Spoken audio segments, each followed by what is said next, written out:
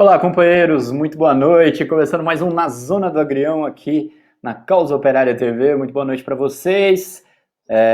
Depois de bastante tempo aí, com a Zona do Agrião fazendo um intervalo técnico, né? Nossas aulas aí e os grupos de discussão da 46ª Universidade de Férias estão aí coincidindo com os horários do Zona. Então a gente ficou alguns dias sem fazer o programa, estamos de volta hoje, que teve um intervalinho aí nas aulas, e justo hoje que é o dia D do Campeonato Brasileiro de 2020, né? 2020 mesmo, não é 2021, porque é o rabicho aí que ficou do ano passado por conta da pandemia. Hoje é o dia D, hoje é a última rodada, campeonato entre Flamengo e Internacional, nós vamos falar disso. E estou aqui para falar sobre isso com o companheiro Edson Dorta. Boa noite, Edson. Boa noite aí, Henrique. Boa noite aos guerreiros, né, do Zona do Agrião, que acompanha o nosso programa aí desde o número 1. E vamos discutir essas polêmicas aí, analisar, né, tudo que a gente vem falando no Zona do Agrião. As coisas vão se aprofundando e mostrando que é assim mesmo, né? Questão do VAR, time empresa, a pressão do futebol europeu contra o futebol brasileiro, jornalistas paga-pau do futebol europeu que ataca o futebol brasileiro, e a onda aí de técnicos estrangeiros no país, né, Henrique? Até o seu time aí tá com um técnico estrangeiro agora, hein? Chegou o Crespo, né, no São Paulo. Ô Edson, mas antes até, você está sentindo falta de uma pessoa aqui?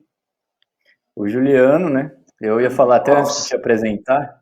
Eu até ia falar antes de te apresentar, mas eu preferi apresentar você primeiro para eu poder comentar aqui.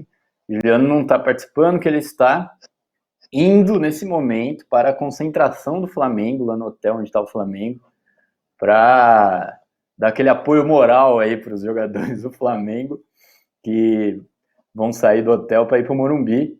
Está marcada aí a saída do ônibus às 19 horas. E aí Daqui a o pouco. Juliano está indo para lá.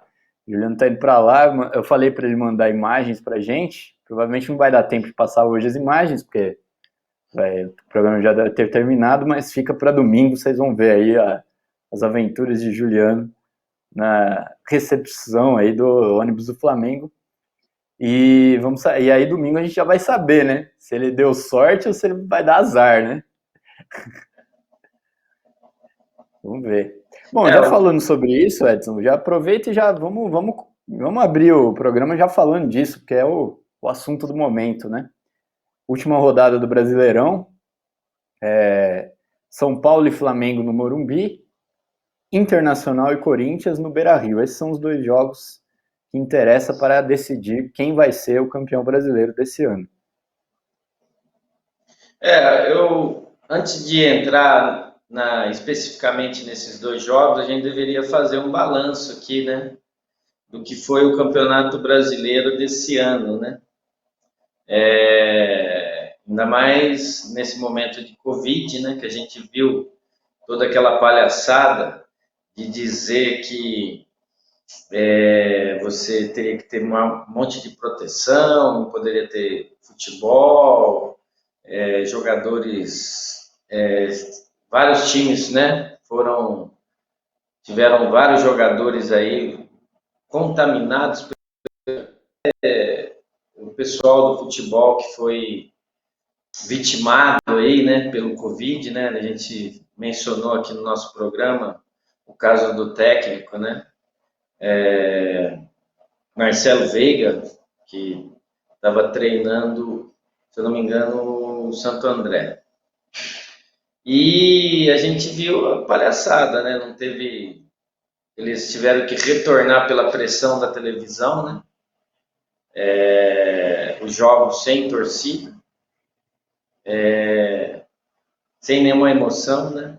Que transformou esse campeonato brasileiro aqui num campeonato frio, apesar de que está aí dois times grandes, né? O Inter, Flamengo, já teve o São Paulo, o Atlético também estava tentando beliscar ali um lugarzinho para ver se ganhava o Brasileirão, e nós chegamos aí na última rodada do Campeonato Brasileiro, tendo a possibilidade apenas de 2 times serem campeões, né? O caso do Flamengo, que agora está com um ponto de vantagem do Inter, só precisa dele, né? O jogo de hoje contra o São Paulo. Se o Flamengo ganhar, já não precisa nem ficar observando o jogo do Corinthians e Inter, né? Mas mesmo que o Flamengo perca, se o Corinthians ganhar ou perca ou empate, né? Se o Corinthians ganhar do Inter, o Flamengo já é o campeão brasileiro de 2020, né? Se tornando aí bicampeão. O que eu acho que é interessante discutir, em primeiro lugar, né? Eu acho assim, mostrando esses 2 finalistas, um aspecto importante que a gente deveria debater aqui no nosso programa é a farsa dos técnicos estrangeiros, em primeiro lugar, né?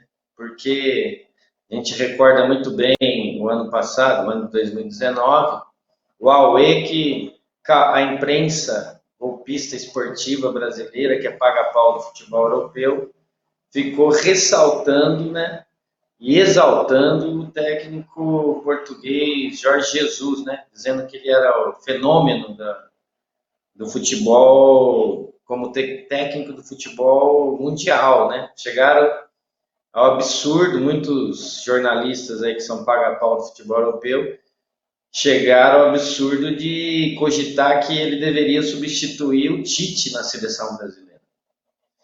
E que prova que não tem nada disso, né?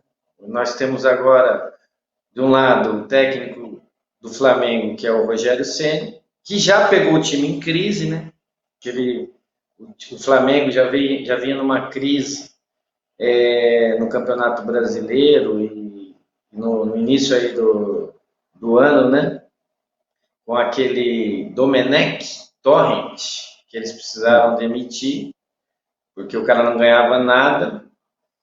E chegou o Rogério Ceni em crise, não conseguiu fazer com que o Flamengo chegasse às finalíssimas da Copa do Brasil, nem da Libertadores, inclusive perdendo para o São Paulo. Mas, como o time é muito bom, né?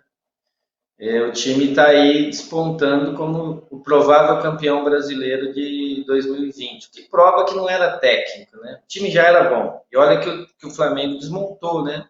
Uma parte do time, que o Rafinha foi embora, você teve no meio essa questão do Covid que deixou muita gente para fora, tinha muita crise em torno do Gabigol, que eu costumo chamar de Gabi perde gol, né? Ele faz um para perder 9. E muita polêmica, muita rejeição, inclusive por parte dos jogadores em relação ao Rogério Ceni. Mas mesmo assim, como o time era muito bom, não precisaria de um técnico grandioso aí. O Flamengo está chegando aí nas finais, na última rodada do Campeonato Brasileiro, com muita chance de ser campeão brasileiro, que prova que era o time e não se tinha ou não um técnico estrangeiro, né? Tanto é que o Jorge Jesus foi para o Benfica com toda essa pompa, né? Que era vencedor aqui no Flamengo e está para ser demitido lá do Benfica, que não ganhou mais nada lá.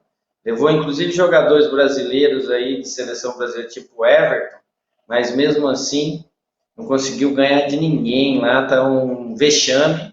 Estão querendo empurrar, inclusive, ele de volta aqui para o futebol brasileiro, né? Inclusive no Flamengo, né? Isso que nós vamos ter que analisar depois, no término desse campeonato brasileiro, se o Rogério Ceni vai continuar, né, no Flamengo ou não. No caso do Inter, é outro aspecto também interessante para analisar, né? Porque o Internacional estava mal das pernas, tinham contratado também um técnico estrangeiro, eles queriam contratar outro técnico estrangeiro para substituir o estrangeiro que saiu, e aí eles chamaram o Abel Braga para tampar um buraco. Tanto é que o Abel Braga fez um contrato que era só para ficar para o Campeonato Brasileiro e já na próxima temporada vai assumir um técnico estrangeiro no Internacional. E o Abel Braga mostrou, ao contrário, né, que desses estrangeiros, que ele está dirigindo aí um time com muito mais deficiência que o Flamengo, com jogadores de menor nome, etc e tal, mas levou o Internacional a essa condição, né? De chegar até a última rodada com possibilidade de ser campeão brasileiro, né? O Abel Braga, inclusive, bateu o recorde de vitórias, né, no Campeonato Brasileiro, vitórias seguidas, foram 9 vitórias que o Abel Braga conseguiu no Internacional. E, ao contrário também de muitos times aí, muitos jogadores que são entrevistados do Internacional, pela imprensa, falam que o grande mérito, inclusive, dessa alavancada aí do Internacional foi graças ao trabalho que o Abel Braga desenvolveu no Internacional. Lembrando, né, Henrique, é bom lembrar, isso aqui a gente não pode nunca esquecer, que para trazer o Jorge Jesus para o Flamengo, eles precisaram derrubar o Abel Braga do Flamengo. Muita gente da imprensa, jornalistas aí vendidos, fizeram uma campanha de que o Abel Braga era um técnico ultrapassado, já estava velhão, que não dava mais suco, né? Que não dava mais nada no futebol, e o Abel Braga mostrou aí que é o contrário, né, Abel Braga. Então nós temos um aspecto, eu acho que importante para a gente comentar em relação a esse final do Campeonato Brasileiro, um aspecto importante é essa farsa que foi criada aí pela imprensa capitalista brasileira, paga-pau do futebol europeu, de que os times que queiram ganhar precisam trazer técnico estrangeiro. Tanto é que agora aqui na capital, os 4 times grandes, né? Só o Corinthians ainda não tem técnico estrangeiro. O Santos acabou de contratar um técnico estrangeiro no lugar do Cuca. Lembrando que no início da temporada, o Santos contratou Gesualdo, acho que é português também. Esse Gesualdo não deu no couro. E aí veio o Cuca, e o Cuca classificou o Santos para a Libertadores da América, para a final da Copa da Libertadores da América, mostrando assim que o técnico tem um monte de técnico brasileiro aí à disposição que o pessoal não dá o menor valor, né? E agora nós temos no Santos, vamos ter um técnico estrangeiro. O Palmeiras veio esse Abel Braga, que a gente depois podemos comentar um pouco o aspecto do Palmeiras, que esse técnico também não tem nenhuma virtude. Abel Ferreira, né? Abel Ferreira, desculpa, estou com o Abel Braga na cabeça. O Abel Ferreira no Palmeiras não tem nenhuma virtude, pelo contrário, depois a gente pode até entrar para explicar um pouco da incompetência desse técnico em relação ao final da Copa, a disputa que o Palmeiras teve aí do Mundial. E o São Paulo, né? São Paulo que está numa crise, muito tempo sem título, teve esse deslize aí no meio do Campeonato Brasileiro, tendo liderado aí por uma boa parte do campeonato, inclusive abrindo 7 pontos de frente do segundo colocado, e aí começou a crise e eles rifaram o Fernando Diniz, inclusive pela pressão da imprensa capitalista no país, a imprensa esportiva, e aí chamaram lá um argentino que nem currículo tem, acabou de se formar como técnico, ganhou aí um time aqui da América Latina, sul-americana, e eles agora estão apostando também em um técnico estrangeiro, né? Então, eu acho que, não posso esquecer, né? A gente não pode esquecer o Atlético Mineiro, que contratou uma fortuna aí, o argentino Milongueiro, como que é o nome dele mesmo? Sampaoli. Que Sampaoli, que ficou rejeitando aí os outros times que estavam interessados nele, tipo o Palmeiras, foi para o Atlético Mineiro e mostrou que eu falei, o Atlético Mineiro ia ficar no máximo em quarto lugar, apesar do investimento que o Atlético Mineiro fez nessa temporada, né? Trouxe vários jogadores bons, jogadores que já chegaram a estar na seleção brasileira, mas mesmo assim a Argentina não deu no corpo. Então, acho que, em resumo, o que fica aí de análise em relação a essa final do Campeonato Brasileiro é essa farsa, essa milonga, né? De falar que os times precisam ter técnico estrangeiro para resolver a parada. Né? Aí a gente pode entrar, não sei se você quiser comentar um pouco esse aspecto técnico estrangeiro, mas também nós podemos entrar na questão da manipulação que o Campeonato Brasileiro teve em relação ao VAR, né? Mas eu Bom, achei essa questão uma questão importante de sinalizar aí, que é a questão dos técnicos, né? é. Eu queria só. Bom, eu tenho um comentário a fazer a mais, né? Eu acho que o fato de que chegou, que os dois times que podem ser campeões são dirigidos aí por técnicos estrangeiros, mostra, por técnicos brasileiros, mostra o que você falou. E eu tenho mais um elemento que eu gostaria de falar, que mostra a farsa, né?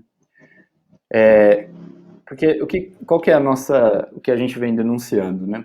A gente denuncia que há uma política, né, uma campanha pelos técnicos estrangeiros, por parte da imprensa, por parte do próprio imperialismo, né, para desmoralizar o futebol brasileiro, mostrando aí que os treinadores são ultrapassados e tudo mais, e também criar um ambiente, um terreno favorável para que eles enfiem na seleção brasileira um técnico estrangeiro. Né?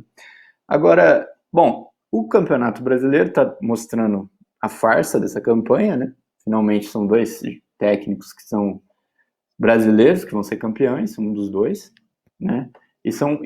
É uma coisa, mas a outra coisa também é dizer o seguinte: vamos pensar duas coisas. Primeiro, você deve ter visto que o técnico que foi contratado aí pelo Santos é um técnico assim, não sei, pode ser que o cara seja um gênio. A gente não conhece o cara, né? De repente, a gente descobre, né, que ele é um gênio. Mas fato é que o currículo do cara é assim, ele começou sendo técnico de hóquei sobre grama, né? E depois, como ele era um cara que sonhava jogar futebol quando era criança, ele teve uma chance, né, no Universidade Católica, foi campeão lá no Chile pela Universidade Católica. Até aí você poderia dizer, tudo bem, né? É igual eu falei, de repente ele é um gênio, a gente não sabe. Agora, por que chamar esse técnico com esse currículo e não qualquer outro técnico brasileiro?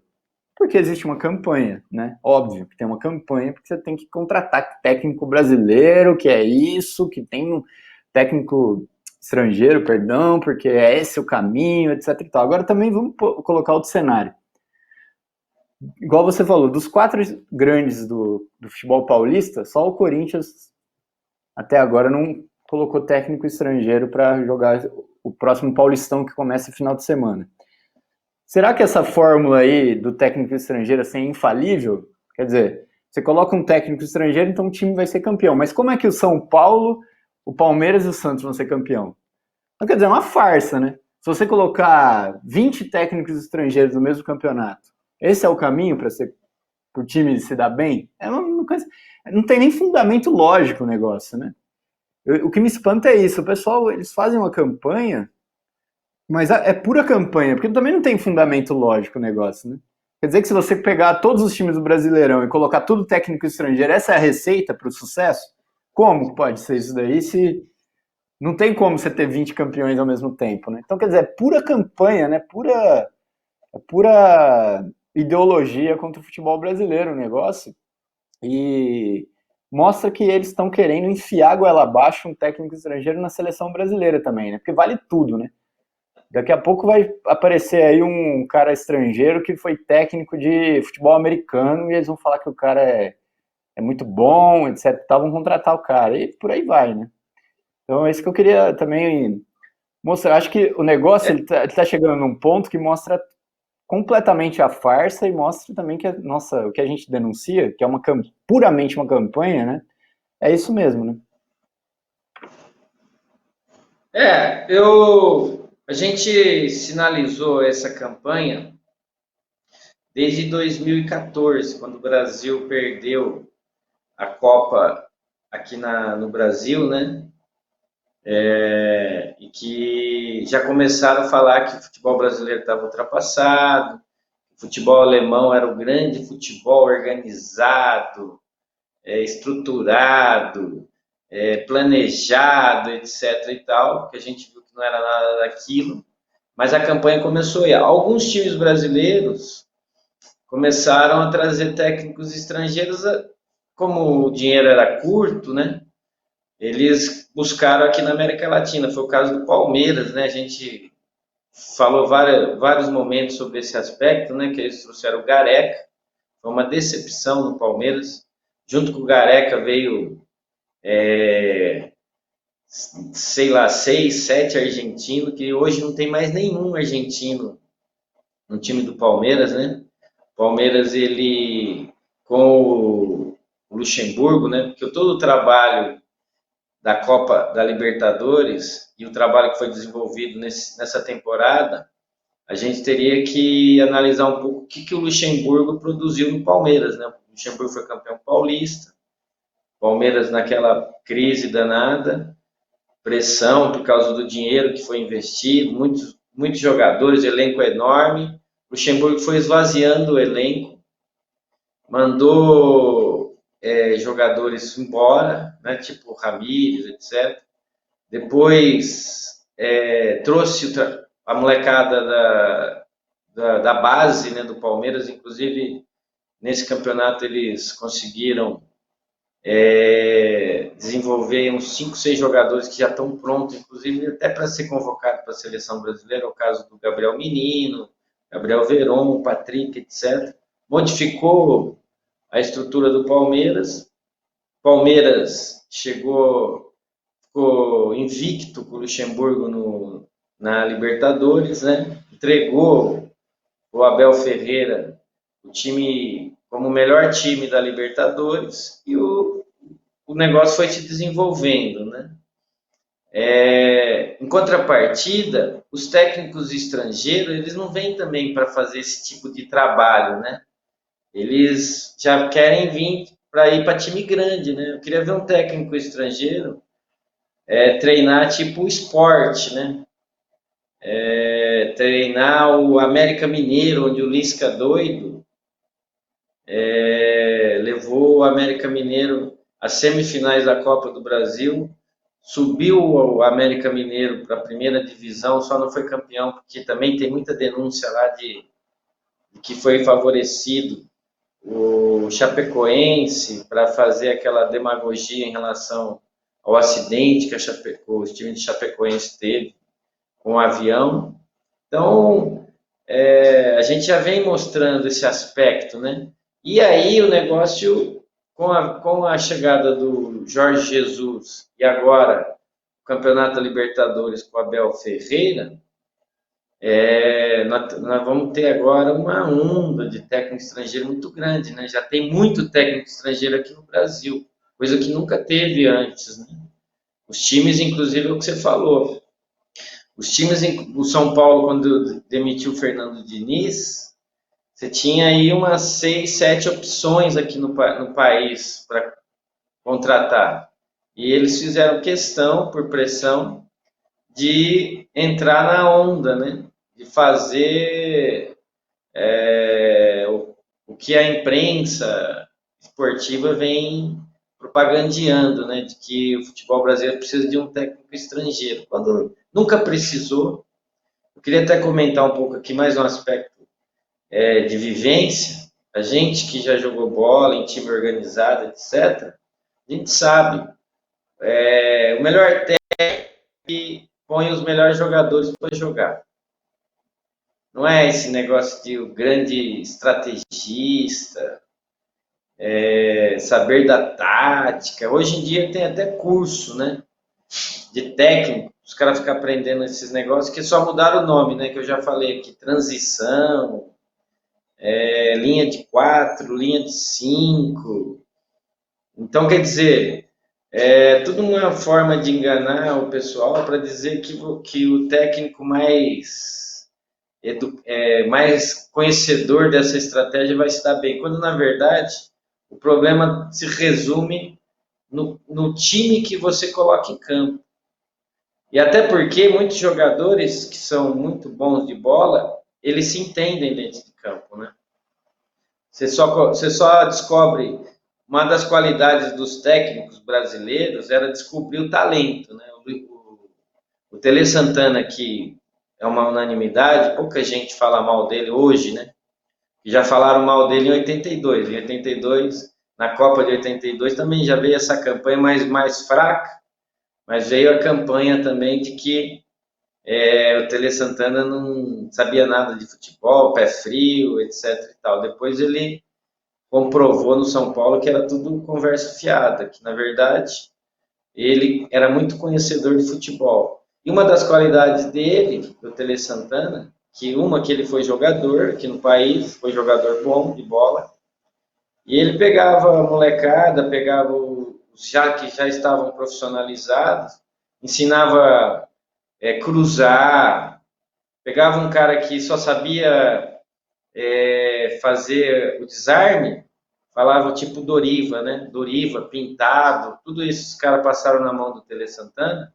Ele falava assim, ó, você roubou a bola, o primeiro que tiver na sua frente você toca. Pegou o Ronaldão, que era um cabeça de bagre, e encaixou ele na zaga, foi um dos melhores zagueiros que São Paulo teve. Pegava jogadores de talento, como teve no São Paulo Palhinha, Miller, etc. Ele falava, ó, você tem liberdade. Quer dizer, esse era o papel do treinador, além do fato também de saber gerir as crises dentro do time. Isso dá, esses os aspectos que são importantes para um técnico de futebol, que seria isso, né? Aqui no Brasil está cheio de gente que entende disso, não precisa de europeu. A campanha que é feita é nesse sentido mesmo, de desmoralizar o nosso futebol e falar que a gente tem que aprender com esses europeus. Se esses europeus fossem tão bons, não precisava ter o Filipão ter ido para a seleção de Portugal lá para conseguir um quarto lugar para Portugal, que fazia muito tempo, desde 66, Portugal não chegava a quarto lugar, não é? Então eu acho que é isso. Muitos treinadores, quando não tinha essa campanha de técnico estrangeiro, que muitos treinadores brasileiros foram treinar times na Europa, né? Principalmente em Portugal. Então, eu acho que o aspecto importante é a gente ir desmascarando essa farsa. Isso é uma farsa, e a farsa ela não demora muito a aparecer. O problema é que aí acontece um caso como esse do Abel Ferreira, que já pegou o time bem organizado, já bem posto no campeonato, e ganha uma Libertadores, e aí aumenta de novo a campanha para fazer publicidade desses técnicos, né? Até para entrar no assunto, né? Você vê que a situação era do Abel Ferreira é tão medíocre que a própria imprensa capitalista, quando o Palmeiras ganhou a Libertadores, o Abel Ferreira era o novo Jorge Jesus no país. Aí foi para o Mundial, fez aquele vexame, né? De perder, não conseguir nem se classificar para ir para a final ou com o Bayern ou com outro time. E aí a imprensa começou a questionar, falar que ele não colocou as peças certas, não fez a crítica devida mesmo, porque se fosse um brasileiro a crítica ia ser muito mais pesada. Mas era real, porque todo mundo que entende um pouquinho de futebol sabia. O Abel Ferreira entrou no jogo do Mundial um time para segurar até o último minuto, no mesmo esquema que ele fez, né, contra o Santos, que foi um jogo horrível, o jogo da final da Libertadores, para segurar até o último minuto e tentar numa sorte, num chuveirinho, como foi também a final da Libertadores, vencer o time do México. Então você vê o tamanho da mediocridade desse técnico, né? Que é esse português. E aí tem toda aquela palhaçada que a gente viu também com o Jorge Jesus, né? Que eles jogam para televisão, para fazer tipo, né? Palmeiras perdeu o jogo, aí eles se reuniram no campo. Aí o Abel Ferreira foi lá, falou que todo mundo estava de parabéns, deu o seu máximo e não sei o que, era tudo para jogar para a galera, quando na verdade esconde a mediocridade que é o técnico, né? E ele não vai dar continuidade a vitórias no Palmeiras. Isso aí é uma ilusão. Nós vamos ver isso daí. Nós vamos ver se Abel Ferreira sair do Palmeiras, que ele não vai dar continuidade, ele é um técnico ruim. É um técnico ruim, a grande virtude dele foi não mexer com o time baseado nas ideias dele. Ele pegou o que já estava andando, aí tinha lá o auxiliar do Palmeiras, o Cebola, ele ficava conversando com o pessoal e deu continuidade, mais nada. Não tem coisa do Abel Ferreira no time, entendeu? Ele não criou nada, ele não evoluiu os jogadores, ele não mudou as posições dos jogadores. O time continua mal gerido dentro do campo. Eu acho que sim. Eu só que tenho mais um comentário para fazer sobre essa questão do Mundial, né? Porque o pessoal deve estar estranhando que a gente está comentando sobre o Mundial, mas é que nós não tivemos zona desde então. Bom, o time do Palmeiras saiu do campeonato sem nenhum gol marcado, né, Edson? Aí a imprensa brasileira, como você bem assinalou, é assim, se fosse um técnico brasileiro, seria assim, a desgraça total, aquelas críticas, né, super rebaixadas, etc. Mas como era técnico estrangeiro, então, por exemplo, você tem aqui, só para mostrar a opinião de uma pessoa, né, o Juca Kfouri. Tigres sobrou contra Palmeiras, em nova mostra da queda do futebol nacional. Então, quer dizer, como o técnico estrangeiro aqui não deu no couro, né, não conseguiu fazer nenhum golzinho no campeonato, aí a culpa é do futebol brasileiro, entendeu? A queda do futebol Só que nacional. ele teria que explicar. Sabe o que o Juca Kfouri teria que explicar? Se a queda. Primeiro que eles exaltaram. Você sabe que os jornalistas brasileiros exaltam o futebol europeu e o futebol argentino, né? Então, eles teriam que explicar se é a queda do futebol brasileiro, por que a final da Libertadores foram dois times brasileiros. Não tinha lá os argentinos, grandes argentinos, uruguaios, os, sei lá, chilenos, paraguaios, etc. E por que então, se é uma queda do futebol brasileiro, por que então não deu argentino na final da Libertadores? É uma conversa fiada, né? Uma conversa fiada. Aí a explicação, né, que é parte da conversa fiada, é que foi o conquistador da América, o Abel Ferreira, né? Que se não é uma coisa, é outra, né? É sempre para adaptar. No final das contas, a vítima é sempre o futebol brasileiro, né? A virtude não é do futebol brasileiro, que é muito forte, independente dessas tranqueiras que vem treinar aqui estrangeiro, né? É que o futebol brasileiro é muito forte, por mais que o cara tente, não saiba nada, os jogadores entram em campo, faz alguma coisa. Então, o certo era você falar, não, é futebol brasileiro quando ganha. Mas quando ganha não é o futebol brasileiro, aí é o Abel Ferreira, aí é o Jorge Jesus, aí é o Sampaoli. Então, Mas né? quando Ou então perde, um modelo aí de... não. Aí eles anistiam, né? O técnico que foi uma unanimidade, eu acompanhei muito, foi uma unanimidade. Todo mundo falou que o Abel Ferreira cagou na escalação do Palmeiras e na forma como o Palmeiras jogou. Você pode até colocar que tinha um problema do fuso horário, o pessoal tinha acabado de ganhar a Libertadores e chegou lá cansado, etc e tal, mas o esquema montado pelo Abel Ferreira Foi um esquema medíocre. Ele proporcionou que o Palmeiras jogasse daquela forma. Aí a gente deveria jogar toda a culpa nele, não como a imprensa vem falando, contra o futebol brasileiro. E aí tem outra explicação também que foi apresentada pelo Globo, né, que era assim, é a estrutura do futebol brasileiro. Então, assim, quando também é aquele negócio, quando eles não têm, quando falta explicação, aí é porque o time que foi campeão, provavelmente vão falar isso do Flamengo ou do Inter, quando um dos dois for campeão. O time que foi campeão, ele é o time que mais se aproxima do modelo do futebol europeu, etc. É sempre assim, nunca você tem a explicação mais Não, eles vão óbvia que é acabar assim, não. falando. O Flamengo, você quer apostar comigo? Se o Flamengo for campeão, eles vão falar ainda que é um legado do Jorge Legado Jesus. do Jesus. Vão mesmo. Eu também acho acho que eles vão fazer isso aí mesmo. Vão ter essa manha.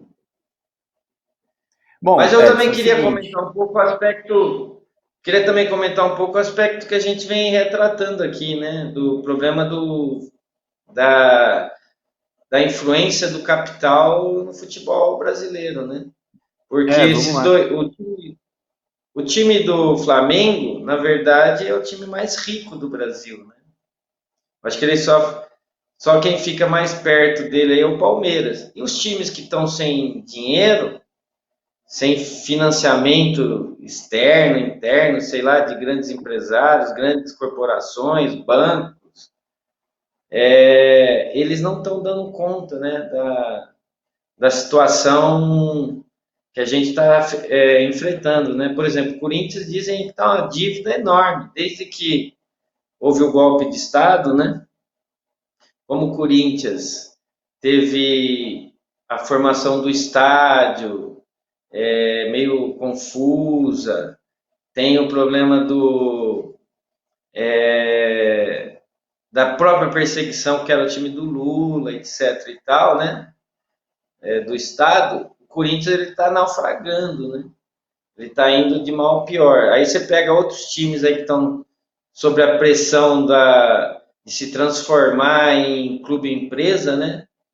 Eles também estão sofrendo barbaridade. O caso do Botafogo, né? O Botafogo não conseguiu, desde o início do campeonato, não conseguiu sair de lá.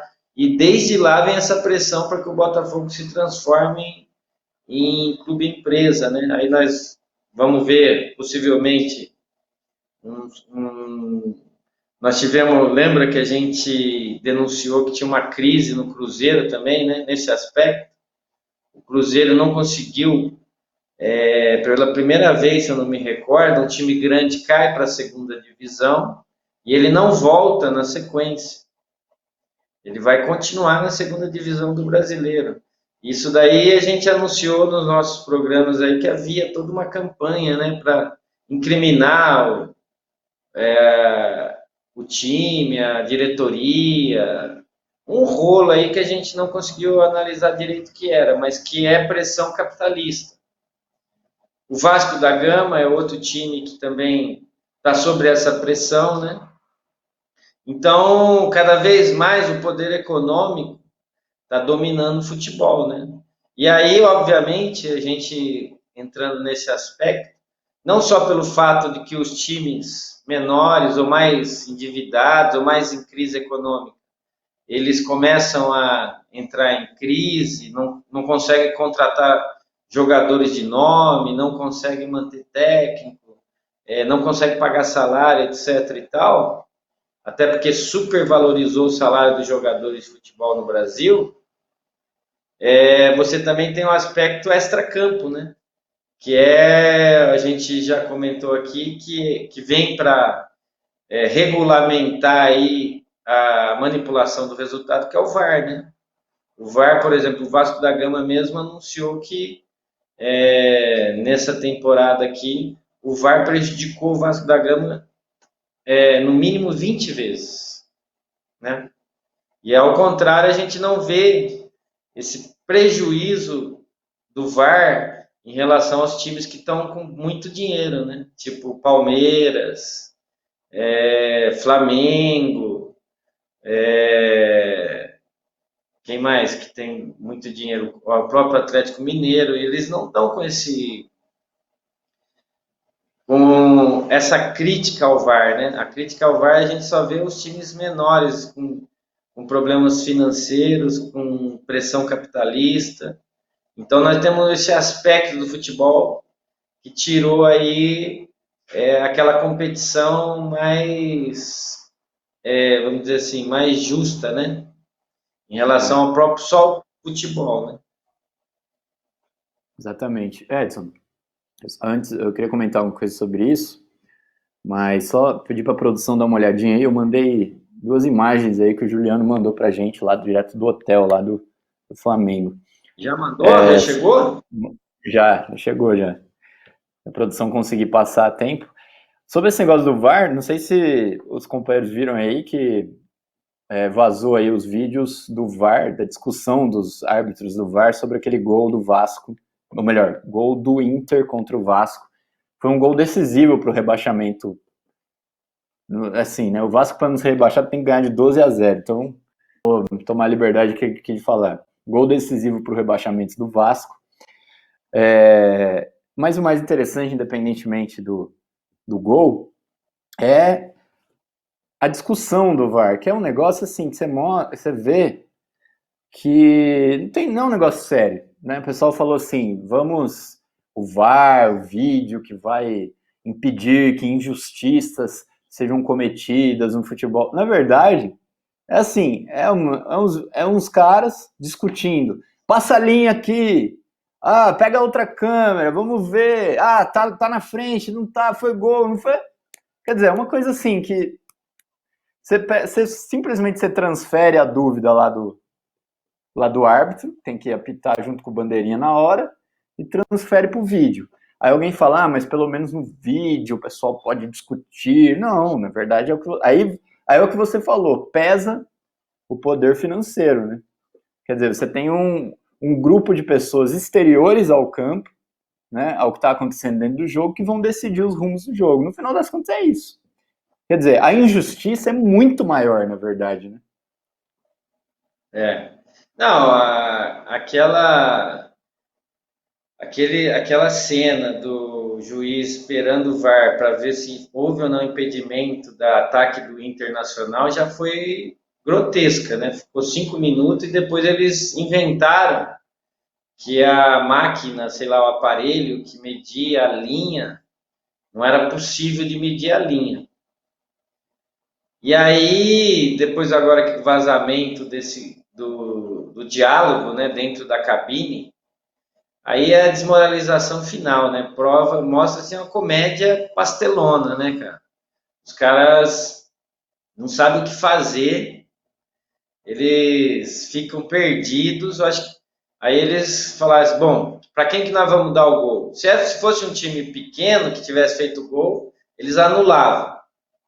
Como a situação ali era Vasco e Inter, e na tabela o Vasco estava para cair, o Inter estava para manter a liderança, então eles optaram por mais forte ali naquele momento. É aquele negócio, o imã, a força pende para o mais rico, está mais estruturado naquele momento. Aquilo ali foi a demonstração de que, em primeiro lugar, a tecnologia é uma farsa, que vai ser decidido no final das contas por pessoas, né, que podem estar envolvidas ou estão, na maioria das vezes, envolvidas com o resultado. E, em terceiro lugar, sempre vai pender para o mais rico, para o mais poderoso, aqueles que têm mais pressão, etc. E tal. É a campanha que nós temos que manter contra o VAR. Fazer com que o VAR desapareça do futebol, né? E eu queria comentar aqui também, ó. O Juliano não está aqui, não vai gostar muito, mas no mesmo dia o Flamengo estava jogando contra o Corinthians e aí o Flamengo fez o segundo gol, né? Uma bola muito polêmica, que foi o gol do Gabigol, e aí o VAR conseguiu fazer uma linha. Mas ninguém questionou a linha, porque a linha também é feita pelo ser humano, né? A gente Na descobriu, com linha, esse vídeo que vazou, a gente descobriu isso, né? Que é o próprio juiz que traça a linha, não é um negócio assim então, meio automático, você fala, não, tem uma mas medida ali fica, né? automática.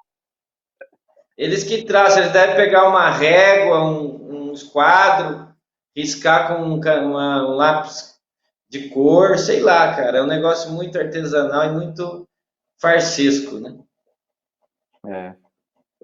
Bom, a gente está no finalzinho, né? Só mandar um abraço aqui para Maria Ângela Biduch, que mandou um super sticker para a gente, muito obrigado.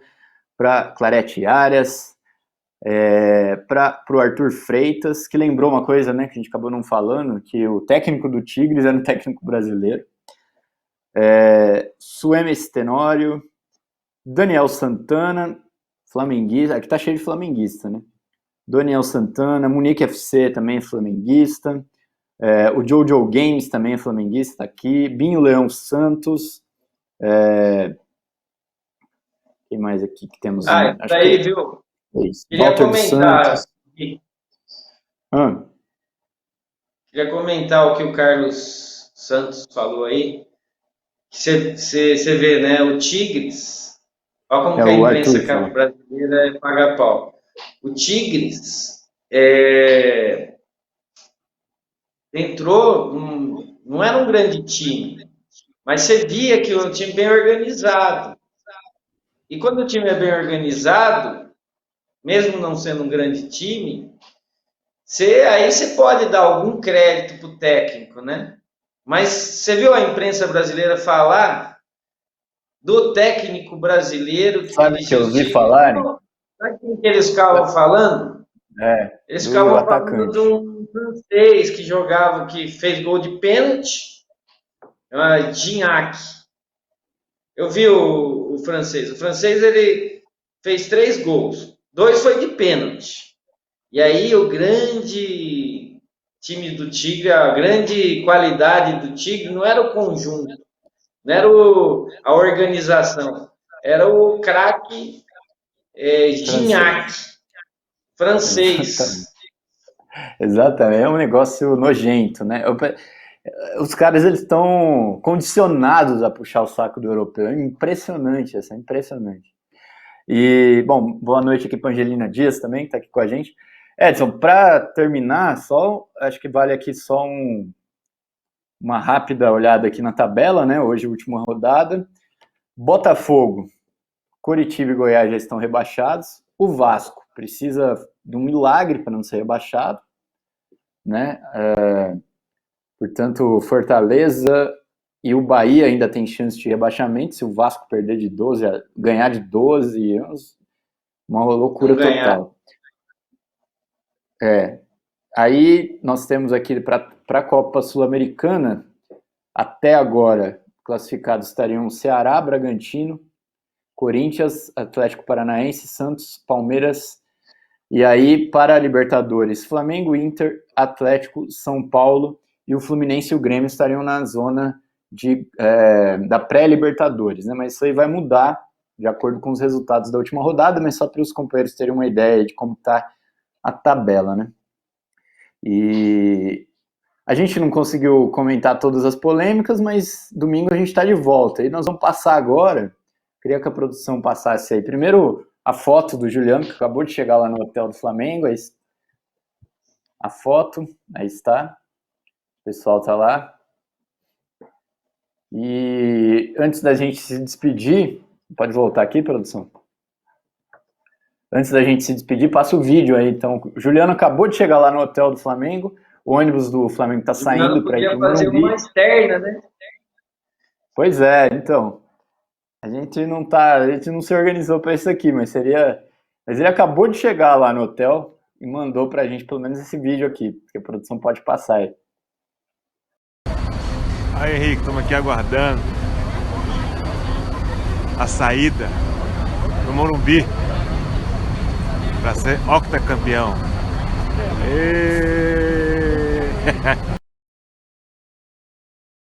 Vai ser octacampeão, Wes. Vamos ver, né? Ele tá falando como torcedor, não como apresentador. Independente aí das das atrapalhadas aí de quem dirige futebol, dos interesses econômicos. Mas tem que comemorar aí. O único problema que eu vou colocar aqui uma pulga atrás da orelha do Juliano é o seguinte: Rogério Ceni nunca ganhou de São Paulo. É verdade. Vamos ver, né, o que vai acontecer. Sou eu aqui, mandou um super sticker também, muito obrigado. Bom, Edson, a gente vai ficando por aqui. A gente ainda tem polêmica sobre o Neymar, tá contundido. Eu tenho bastante coisa para falar, porque o cara tá machucado e a imprensa tá colocando a culpa nele, que ele tá machucado. É um negócio, assim, muito louco, que não vai dar tempo a gente O comentar. Neymar nos últimos tempos virou comentarista do Big Brother, né? Contra os identitários, não sei se você viu. É verdade. Quem mais que nós temos que falar? Torcidas estrangeiras no Brasil, de times estrangeiros, tem uma polêmica também, depois eu vou levantar. Mas, por enquanto, é isso, né, Edson? A gente vai ficando por aqui e aguardando aí o resultado do Brasileirão. No final de semana já começa o Campeonato Paulista e os campeonatos estaduais, então a gente pode continuar aí de olho. Domingo nós estaremos de volta, como essa semana teve folga aí no curso, né, não vamos ter os grupos de discussão, então o Zona do Agrião confirmado aí domingo às 18 horas. E é isso. Boa noite aí, Edson. Boa noite e até o ato, né, dia 27. É verdade, sábado tem ato. Pela restituição dos direitos políticos do Lula e Lula presidente. É isso aí. Então, sábado a gente se vê, a produção tem até a arte aí do ato, pode jogar aí, produção, antes da gente falar tchau. No MASP, às 15 horas, e no STF também, no MASP em São Paulo, às 15 horas, e no STF em Brasília, às 15 horas. Esses são os dois principais atos, e é para onde o PCO está direcionando aí seus militantes e simpatizantes, Brasília e São Paulo. É isso, volta aqui, produção. Muito obrigado, a gente fica por aqui no mais esse Zona do Agrião e domingo a gente está de volta aí às 18 horas com mais notícias e polêmicas do futebol. Muito boa noite para vocês, se inscrevam, compartilhem, contribuam com a gente. Causa Operária TV, 24 horas no ar. Até mais, pessoal.